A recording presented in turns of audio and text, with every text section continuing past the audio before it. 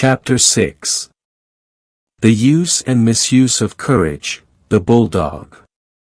The greatest pup in Mongalp today is a brindled bulldog as brave as he is hideous. Every woman who meets the brindle pats it, seems disposed to kiss its ugly mug, and says, "Good dog. Good dog." This is an excerpt from a Washington Post news story, in 1907, about a bulldog that saved the lives of 20 women huckleberry picking in a field in New Jersey. The women wandered near a fenced pasture in which a bull grazed. The bull became enraged at this perceived intrusion, breaking down the fence and charging the soon frantic women. One of the women had a bulldog which had accompanied the ladies on their berry-picking adventure. Upon seeing the women running from the maddened bull, the bulldog rushed into the fray. The dog intercepted and attacked the bull before it was able to reach the fleeing women.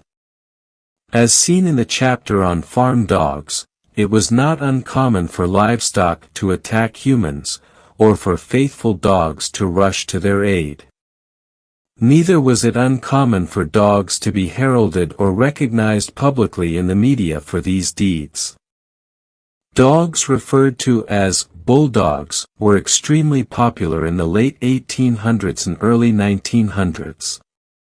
These all-purpose dogs appealed to a wide variety of owners. Bulldogs functioned as guard dogs, farm dogs, hunting dogs, police dogs, traveling companions, and house pets, as well as in such inhumane pursuits as dog fighting, attack dogs, and/or as an object to give their owners a sense of power. As seen with the bloodhounds and the northern breeds, more often than not, attempt to distinguish between similar yet distinct breeds is nearly impossible. During the 19th century the term bulldog was a generic term used to identify a type of dog used for a host of functions. Even though there were separate breeds recognized as the Bulldog, American Pit Bull Terrier, and Bull Terrier, all these dogs were regularly referred to by many people and the media as simply bulldogs.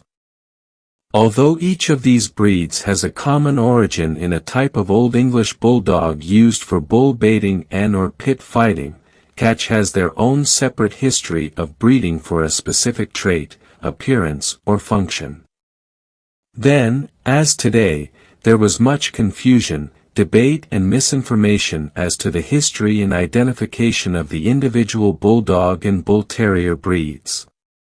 Less confusing and more revealing was the immediate function of the dog, and in the realization of that, the public and the media are found referring to dogs as either bulldog guard dog, pet bulldog, bulldog used in the pit, or farm bulldog.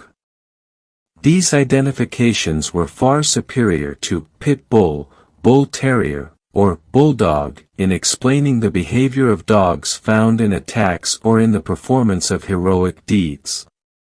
The bulldog had proven itself a valuable and dependable companion to the American people throughout the 19th century. Like most dogs, bulldogs often endured hardship and abuse, yet were steadfast in their loyalty and devotion to their masters. Bulldogs were highly respected for these qualities, along with their fierceness. Fierceness was not considered a negative attribute a century ago, and many bulldogs were praised for this particular trait. Fierceness was associated with courage and fortitude, and these characteristics were needed on farms, in the wilderness and even in cities. Fierceness was not the same as ferociousness, and was not used to imply aggression towards humans. Like any breed of dog that is popular and used in multiple functions, the bulldog was involved in a wide spectrum of incidents and events, most advantageous to men, but some not so. Far too frequently in the human-dog relationship, humans place dogs in situations or environments where dogs have little option but to behave badly, and bulldogs, because of their courageous nature, found themselves often in these lose-lose type of situations. A strange kind of depravity is found a number of times in the late 1800s, that of men initiating a fight with a dog. This was seen in the staged match between a Siberian bloodhound and a prize fighter in 1889. It was also seen a number of times with those who fancied themselves to be prizefighters. In another incident in 1889, two men were walking home one evening in Indianapolis. The men were discussing a boxing match which recently occurred. They passed by a house with a bulldog in the yard. The less bright of the two claimed he could knock the dog out in one round. The article goes on to say that the brute accepted the challenge, and a fierce fight ensued, in which the man was terribly bitten about the neck and head. One eye was torn out and one ear bit off, and he would have been torn to pieces had not the owner of the dog come to his rescue. The article makes special note to describe the man as perfectly sober at the time. As bizarre as this case is, this man showed far more bravery than any of the traditional dog fighters. Dog fighters flatter themselves that they are sporting men. But unlike a true sport which requires intelligence, stamina, or athletic prowess on the part of the human participants, only the dogs display any of these abilities in this sport.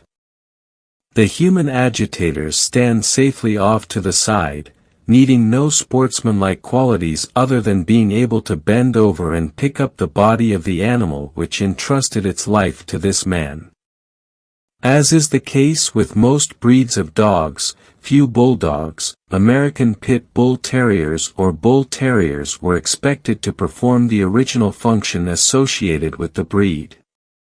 In the late 19th century, most of the bulldogs, bull terriers and American pit bull terriers were not used for bull baiting or dog fighting, but were used to assist and accompany their masters in the daily tasks of living. From the bulldog used for hunting to the bulldog kept as a house pet, the breed's courage and steady temperament proved itself on a daily basis and in almost every circumstance. An incident which reveals much about the true nature of bulldogs, even those dogs chained and deprived of adequate human attention, is found in the following 1882 account. A dog steals a Negro baby. Yesterday morning a Negro woman in East Selma laid a very young child on a small pallet placed in the sun, where the wind would not strike it, and went to another part of the yard to commence her week's washing. Returning in a short while, great was her distress and agony to find the child gone. A diligent search about the premises resulted vainly, and the mother was on the point of distraction when a faint cry was heard from the large dog house that stood by, a peep into which disclosed the baby stretched on the dog's bed all right with the exception of a few scratches caused by being dragged over the ground, while the mischievous author of the excitement, an overgrown bulldog pup, looked calmly on, wagging his tail in an unconcerned way. Selma Times, March 23, 1882. In 1903 a newspaper article tells of Bum the police bull terrier chasing crooks in New York City and leading his partner, Officer Shields, to the East River, where the dog began tugging at a man floating face down in the river. The man was blind and had stumbled into the river. The bull terrier was credited with saving the man's life. In 1906 an article entitled "Faithful Bulldog Copper Patrols Georgetown Beat" describes how Jim, a handsome bulldog, was rescued by a police officer from a burning building. The story goes on to explain how the bulldog then became a member of the police force, patrolling a beat with his human partner and assisting in arrests. True to the bulldog character, the canine police officer was reported to love the excitement and dangers of police work. It was also not unusual to find fierce bulldogs or bull terriers saving their masters/mistresses from ferocious dogs of other breeds. In 1905, an article entitled "Woman's Battle with Dog" has the subheading, "Pulled down by vicious setter, pet bull terrier saved her." The rest of the article goes on to explain how the setter jumped at the woman, knocking her down, attacking and biting, before the woman's bull terrier rushed in and attacked the setter dog. On the front page of the Davenport Democrat in 1924 is a photograph of two small boys sitting on a bench. One of the boys has his arm across the shoulders of a little bulldog, while the dog sits half on the bench and half draped over the boy's tiny leg. Another small boy sits beside them, his head swathed in bandages. The title of the article is, "Pet Bulldog Saves Two Children from Mad Dog's Attack." The lengthy article goes on to describe in great detail the severe injuries inflicted in an attack by a mad Airedale Terrier on the two boys playing in the street. Queen, the little bulldog, rushed out of the house when one of the children's mothers opened the screen door after hearing the boys' cries. The dog was credited with saving the lives of both children. Unfortunately, as we see time and again, there never seems to be a shortage of persons using dogs as an extension of their violent tendencies, and so bulldogs, ever ready to please their masters, are found in situations of human-initiated aggression. In 1871, there was a case reported of an Edwardsville man sentenced to 6 months imprisonment for inciting his bulldog to attack his wife. The report reads, "The man, having some grudge against his wife, locked the doors of the house so she could not escape, and then deliberately incited a large bulldog to worry the unfortunate woman. The details of her frantic struggle with the brute, which were given in evidence before a magistrate, were unspeakably horrible. She was savagely bitten in many places by the dog, her husband doing his best to shut out all means of escape." Edwardsville Intelligencer, November 23, 1871. There are numerous other cases found of men inciting, encouraging or setting their dogs onto the unfortunate victims of their anger. In 1905 we found an article about bulldogs in which the author states, "A man is known by the bulldog he keeps." 6 Indeed, the reverse is probably even truer. The temperament and behavior of many a bulldog is known by the owner who keeps it. The bulldog's image experienced a rather sudden turn in the early 1900s when they left the farms, frontiers, and pits and entered into urban apartment houses and began roaming in great numbers through city streets.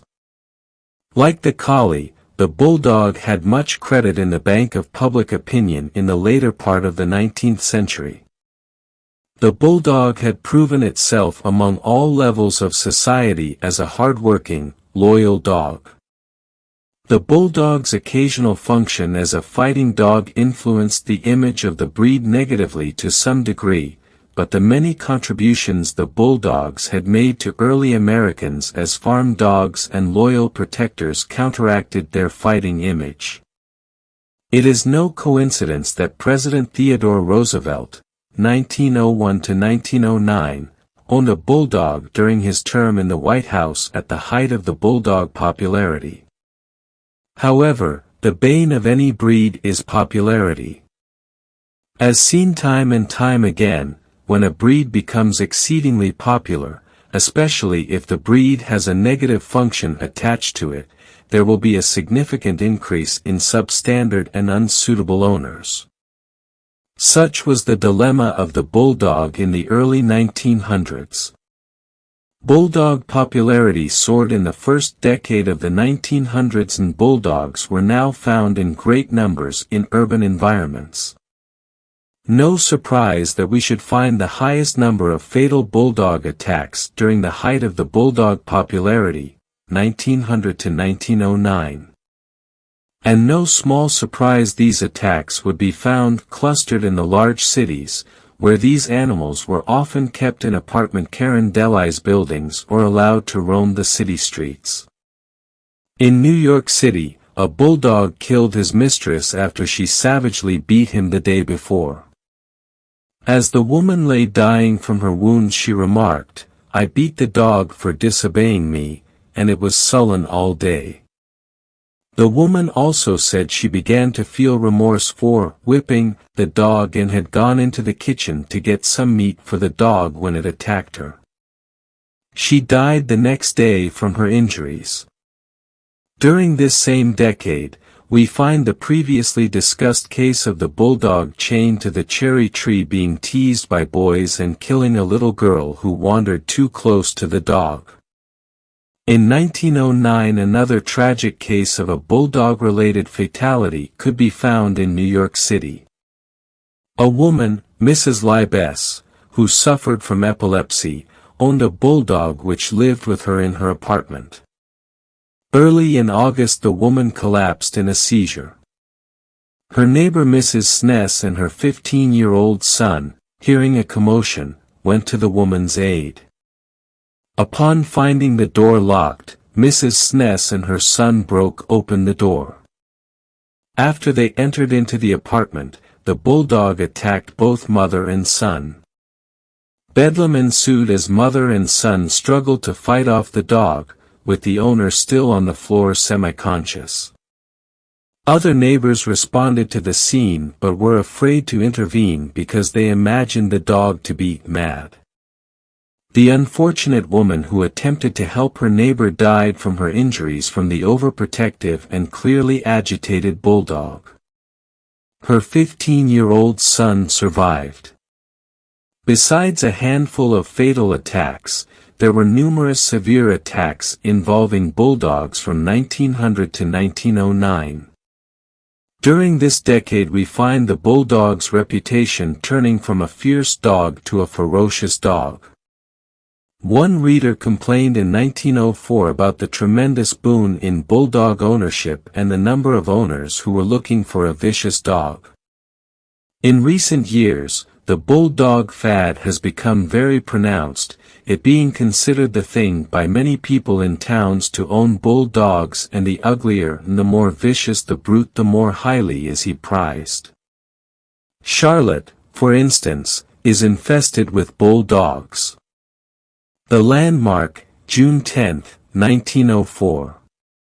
Another reader complained of the number of loose dogs and of the owners who seemed to gloat over the fact of having a bull terrier that would take a man down if he came through the yard gate.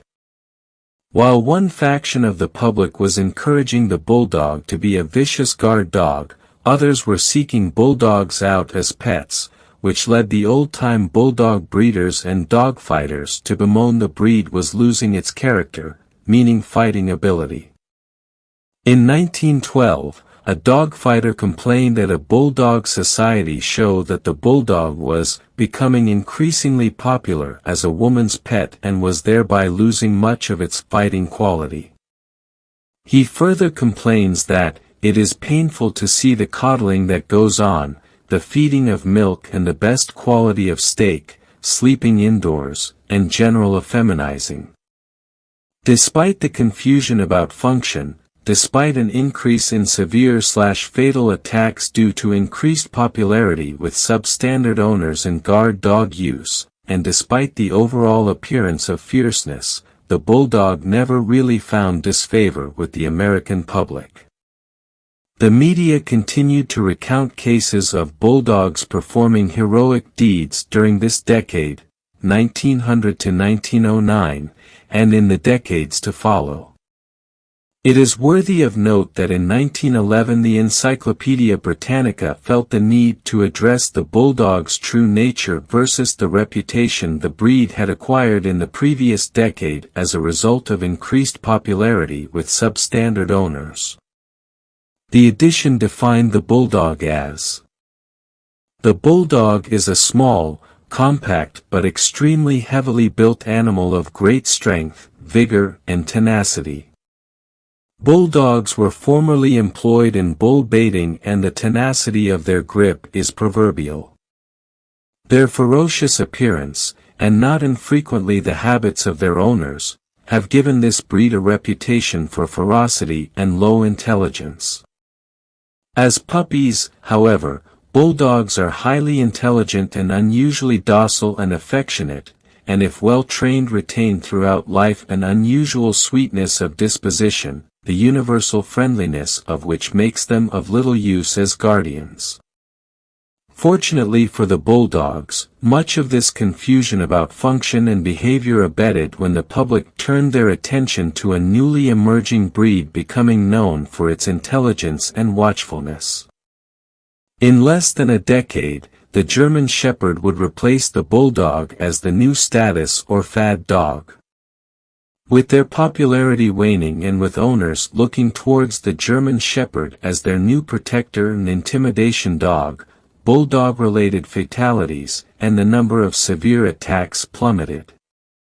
The case of the Bulldog in the late 1800s and early 1900s is perhaps the best example of how function influences public perception.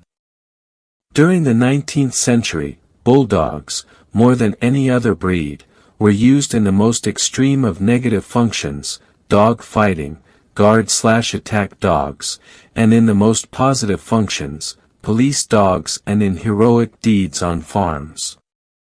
The media presented balanced reporting of both the devastation bulldogs inflicted in attacks and of the contributions they made by saving lives and defending the public as police dogs and personal guardians. Additionally, the media often printed accounts of bulldogs interacting with their owners and others in the more mundane or everyday activities. Due to this balanced reporting, and the use of bulldogs in many functions, both positive and negative, the bulldog never received widespread public condemnation, even during periods of increased popularity when many owners allowed them to roam loose and behave aggressively. During the first 3 decades of the 1900s, there were scores of accounts of bulldogs saving their masters and mistresses from snakes, fires, drownings, gas leaks, burglars and charging livestock, and saving or alerting people to children fallen off of cliffs or wandering onto train tracks and highways. Even more enlightening about the attitudes and perceptions of the times are accounts in which individual incidents of bulldogs not previously known to be noble were recognized for an act of humane service. In 1919 a story is told of a big, ugly bulldog named Sinful Sam saving a child from being run over on a highway in Berkeley, California. The headline of the article reads, "Bulldog saves life of boy playmate. Former Sinful Sam now a hero." A most interesting and insightful understanding of function and image, as well as a clear demonstration that owners ultimately control and determine the behaviors found in their dogs, was chronicled in September 1900. This fascinating account entitled, "Bulldog Saves Child's Life," with the subheading, "Thought it was ordered to attack drowning boy and brought him ashore," demonstrates with great clarity that even dogs used in negative functions can be viewed as good dogs and can do good deeds. The account tells of an older man walking on the banks of St. Joseph River in Indiana accompanied by his bulldog. The owner of the dog heard a cry for help and hurried around a bend in the river to find an 8-year-old boy drowning in deep water. The man admitted to being too old to swim, but instead urged his bulldog to go after the child. He threw a rock in the direction of the boy and urged the dog to go after the boy.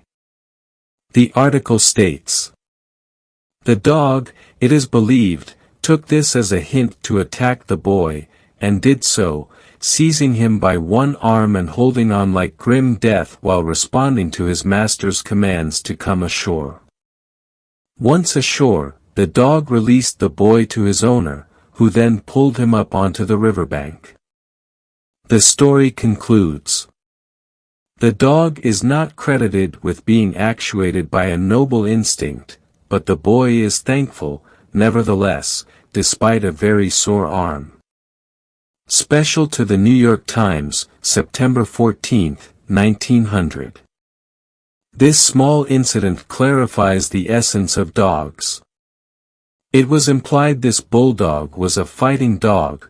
Nonetheless, when his owner commanded the dog to attack and release the boy, the dog obeyed and saved the drowning youth. Owners control the behaviors of their dogs, and whether the dog is used in a negative or a positive function is at the complete discretion of the owner. A century ago, there was a more balanced view of both the dangers and contributions dogs made to the welfare of humans. The media portrayed what many people at the time seemed to understand, that good dogs occasionally behave badly, and that even bad dogs could do good deeds. By the early 1920s, the vast majority of Americans would quickly forget the bulldogs. Well over half a century would pass before any of these breeds would enter back into the collective consciousness of the American public. However, for over half a century in between, 1920 to 1970, millions of bulldogs, bull terriers, American pit bull terriers, American Staffordshire terriers and all their mixed breed cousins served Americans well in every possible capacity and circumstance. From high-profile bulldogs such as Stubby, one of America's foremost canine military heroes, and Petey, the famed Little Rascals pit bull pal, to the millions of anonymous dogs whose owners either cherished, neglected, fought or horrifically abused them, bulldogs served Americans consistently, courageously, faithfully, and peaceably.